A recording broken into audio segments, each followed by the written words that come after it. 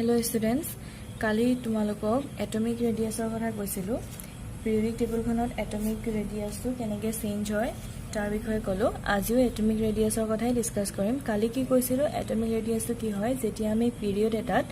Left to right যাওঁ periodic টেবুলখনত তেতিয়া কি হয় এটমিক ৰেডিয়াছটো কমি যায় আৰু যেতিয়া আমি টপ টু বটম আহো গ্ৰুপবিলাকত তেতিয়া কি হয় এটমিক ৰেডিয়াছটো ইনক্ৰিজ হয়। আজি কি পঢ়িম এটমিক ৰেডিয়াছটো কি থাকে এটমিক ৰেডিয়াছটো তিনিটা টাইপৰ থাকে। এটমিক ৰেডিয়াছক তিনিটা টাইপত আমি পাওঁ covalent radius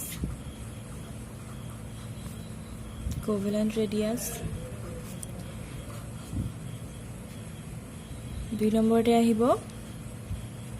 metallic radius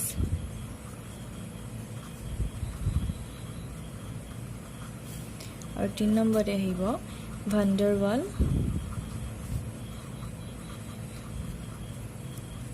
radius. ইয়াত কি হয় কোভেলেন্ট ৰেডিয়াছ কোনটোক কয় যদি আমি কোভেলেন্ট ৰেডিয়াছটো চাওঁ কোভেলেন্ট ৰেডিয়াছ সাধাৰণতে নন মেটেল বিলাকে ফৰ্ম কৰে।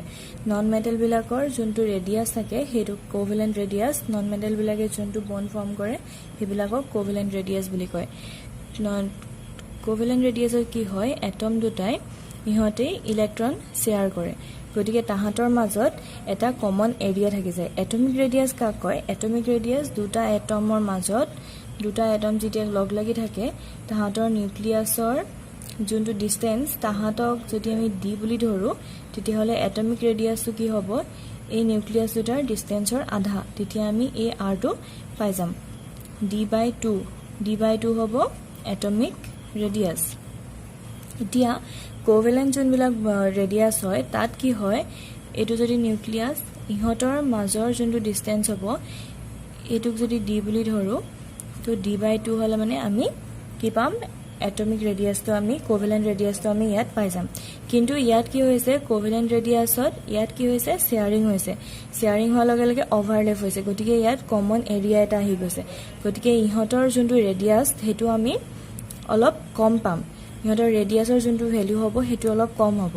যদি মেটালিকত চাওঁ মেটালিকত কি হ'ব মেটালিক ৰেডিয়াছ কোনটো হ'ব যেতিয়া মেটেল দুটা মেটেলৰ মাজত যোনডাল বন্ড হ'ব সেই তাৰ পৰা আমি মেটালিক ৰেডিয়াছটো পাম। এতিয়া ইয়াত কি হৈছে মেটেল বিলাকে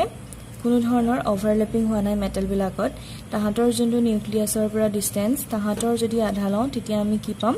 এটমিক ৰেডিয়াছটো পাই যাম ইয়াৰ মেটালিক ৰেডিয়াছটো পাই যাম। গতিকে কি হ'ব ইয়াত যিটো আমি মেটালিক ৰেডিয়াছ পাম সেইটো একেবাৰে এটমটোৰ ৰেডিয়াছৰ এক্সাক্ট ভ্যালুটো পাই যাম কাৰণ ইয়াত কোনো ধৰণৰ ওভাৰলেপ হোৱা নাই। কিন্তু যোনটো ভান্ডাৰৱালছ ৰেডিয়াছ তাত কি হয়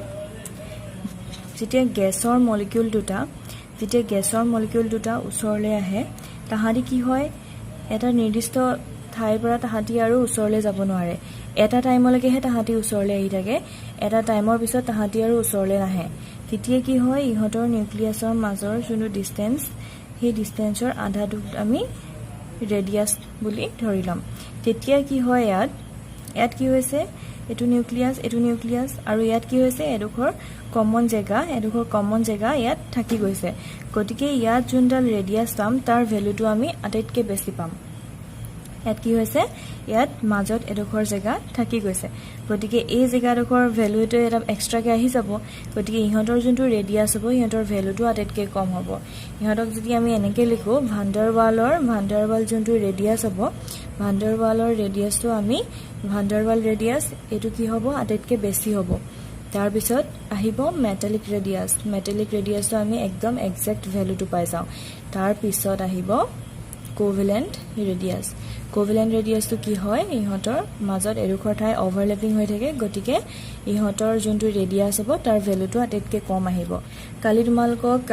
পিৰিয়ডিক যোনবোৰ ট্ৰেঞ্চ হয় তাহাঁতৰ লেফট টু ৰাইট গ'লে কি হয় টপ টু বটম কি হয় সেইটো মই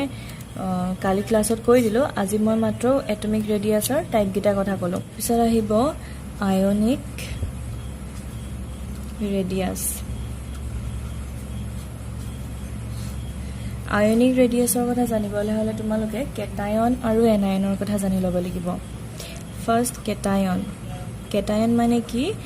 য'ত ইলেক্ট্ৰন এটা লছ কৰে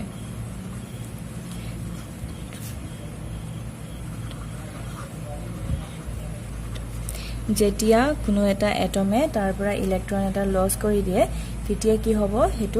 হেতুক আমি কি বুলি কম হে এটমটোক আমি কেটায়ন বুলি কম আৰু এনায়ন মানে কি য'ত একসেপ্ট কৰে ইলেক্ট্ৰন এটা বাই এন এটম এটো হৈছে এনায়নটো হৈছে পজিটিভ চাৰ্জ আৰু এনায়নটো নেগেটিভ চাৰ্জ দি বুজায় এতিয়া মই যদি এটম এটাক এ বুলি যদি ধৰো ই যেতিয়া ইলেক্ট্ৰন এটা লৈ ল'ব তেতিয়া কি হ'ব ই এনায়ন ফৰ্ম হৈ যাব আৰু যেতিয়া এটম এটাই ইলেক্ট্ৰন এটা এৰি দিব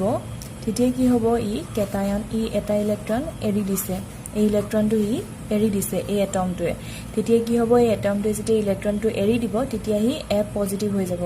মানে এটো হ'ব কেটায়ন আৰু কেটায়নৰ সাইজটো সদায় এনায়নৰ সাইজতকে সৰু হয় সাইজটো কি হয় এনায়নৰ যোনটো সাইজ হয় হেতু সদায় কেটায়নতকে ডাঙৰ হয় কাৰণ কেলে এনায়নত ইলেক্ট্ৰন এটা লৈ লয় গতিকে ইলেক্ট্ৰন এটা লয় মানে কি ইহতৰ যোনটো সেল হয় সেল এটা বাঢ়ি যায় কিতিয়াবা কি হয় ইলেক্ট্ৰনটোৰ সেল এটাও এতিয়া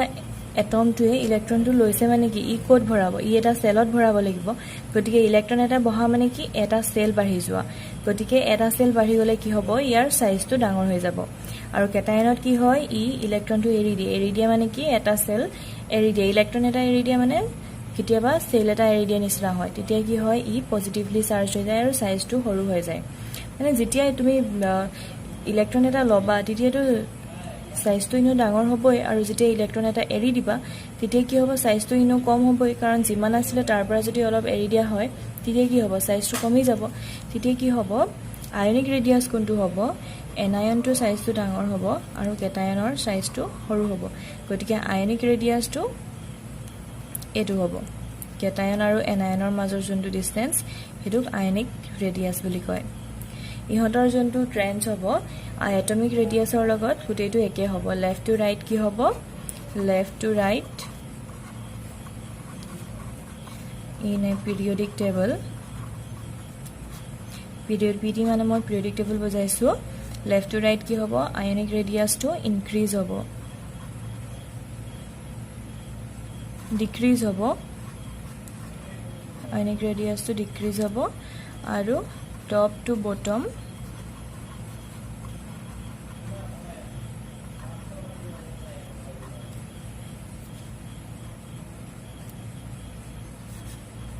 ionic radius increases ionic radius আৰু atomic radiusৰ যোনটো ট্ৰেন্স হ'ব periodic tableত হেতু সেম থাকিব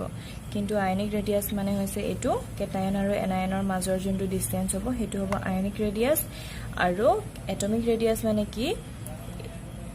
দুটা এটমৰ মাজত নিউক্লিয়াছ দুটাৰ যোনটো ডিসটেন্স হ'ব তাৰ আধাটো হ'ব এটমিক ৰেডিয়াছ